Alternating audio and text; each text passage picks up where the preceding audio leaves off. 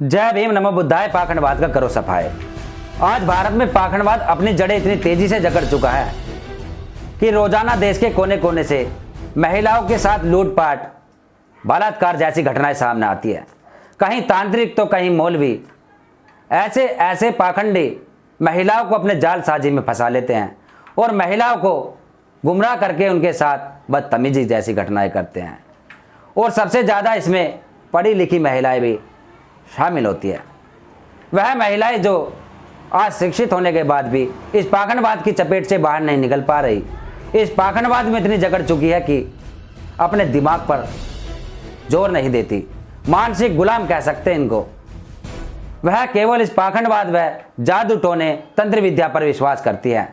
यदि उनके साथ कुछ गलत अनहोनी हो जाती है, तांत्रिक के पास जाती है, मौलवियों के पास जाती है। यदि पति उनका कहना नहीं मानता तो तबीज पिला देती है, टोने टोटके कराती है। यदि उनका देवर घर में रहने लग जाता है तो उसको घर से बाहर निकलवाने के लिए, भाई भाई में दूरियां पैदा करने के लिए ऐसी साजिश कर देती है कि आप अनुमान भी नहीं लगा सकते। और ऐसा ही एक मामला सामने आया है गोरखपुर से, जहां एक शिक्षित महिला, सिंचाई विभाग में कार्यरत महिला, जो सिंचाई विभाग की कर्मचारी, उसके साथ ऐसी घटना देखने को मिली। हम आपको बताते हैं कि पूरा मामला क्या है। गोरखपुर में सिंचाई विभाग की महिला कर्मचारी के साथ ठगी की गई। महिला से जेवर निकलवाकर पर्स में रखवा दिए गए और आरोपी ने बोला कि आंखें बंद करके ओम नमः शिवाय का जप करो। जब उस महिला की आंखें खुली तो पर्स सहित वह फरार हो गए। 2 आरोपी थे उसमें। हम आपको बता दें कि गोरखपुर जिले में सुबह को मॉर्निंग में 10 बजे हाईवे पर खड़ी होकर वह महिला बस का इंतजार कर रही थी और झांसा देकर टप्पेबाजों ने सोने के टॉप्स और चैन पर्स में रखवाकर पर्स लेकर वह फरार हो गए। घटना चोरी चोरा इलाके के सोनबरसा बाजार में सुबह 10 बजे की है। महिला सुबह के टाइम 10 बजे ड्यूटी जाने के लिए सोनबरसा बाजार हाईवे पर खड़ी होकर बस का इंतजार कर रही थी। उसी दौरान पश्चिम दिशा से एक युवक पास में आकर खड़ा हो गया और थोड़ी देर बाद दूसरा युवक भी उसी दिशा से आया। पहला युवक दूसरे युवक का भविष्य और मनोकामना पूर्ण होने के बारे में बात करने लगा। इसके बाद उसने महिला से उसका भविष्य और मनोकामना पूर्ण होने की बात भी कही।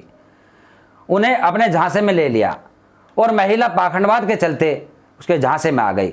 वह अपनी ड्यूटी पर जाने का समय भूल गई, बस भूल गई। बस उसको लगने लगा कि आज मनोकामना पूरी हो जाएगी। आरोपियों ने महिला से उसके कान के सोने के टॉप्स और गले से सोने के चैन निकलवाकर पर्स में रखवा दी और पर्स अपने हाथ में ले लिया। इतना ही नहीं, इसके बाद जालसाजों ने महिला से आंख बंद करके गहरे बार ओम नमः शिवाय बोलने को कहा। महिला भी वैसे करने लगी। इसके बाद उन्होंने जैसे ही आंख खोलकर देखा तो उनके सामने से टप्पेबाज दोनों आरोपी गायब हो गए। जालसाज पर्स में रखा मोबाइल, आधार कार्ड, पैन कार्ड सहित 80,000 कीमत का सोने का जेवर लेकर फरार हो गए। आप इसी से अनुमान लगा सकते हैं कि आज के दौर में 21वीं सदी में पाखंडवाद कितनी तेजी से जगड़ चुका है, अपनी जड़ें जमा चुका है। वह महिला जो कि सिंचाई विभाग में कार्य करती थी, सरकारी कर्मचारी थी और गोरखपुर राम राज्य है, जो योगी का राम राज्य, वहाँ पर यह घटना हुई। और ऐसी घटना होना यदि हम कहें तो लाजमी भी है, क्योंकि वह युवक बेरोजगार थे। यदि उनके पास कोई रोजगार होता तो वह शायद ऐसी घटना को अंजाम ना देते।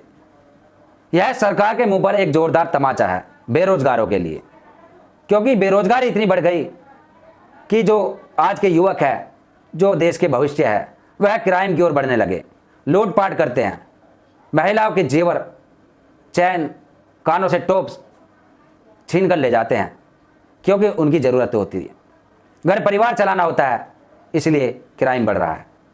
और पाखंडवाद तो अपने जड़ें जमा ही चुका है। ओम नमः शिवाय, 11 बार ओम नमः शिवाय का जप करो, आंखें बंद करो। वह महिला कितनी पागल हो गई, बेबुद्धि हो गई कि उसने उनकी बातें मानकर ऐसे ही करने लगी, क्योंकि उसको लालच दे दिया था मनोकामना पूर्ण होने का। मनोकामना हर महिला की कुछ ना कुछ होती है, हर मनुष्य की होती है। और वह महिला इतनी अंधी हो गई कि उनकी बातों में आ गई। जैसे जैसे वह कहते रहे वैसे वैसे वह करती रही। और ऐसी घटनाएं रोजाना होती है।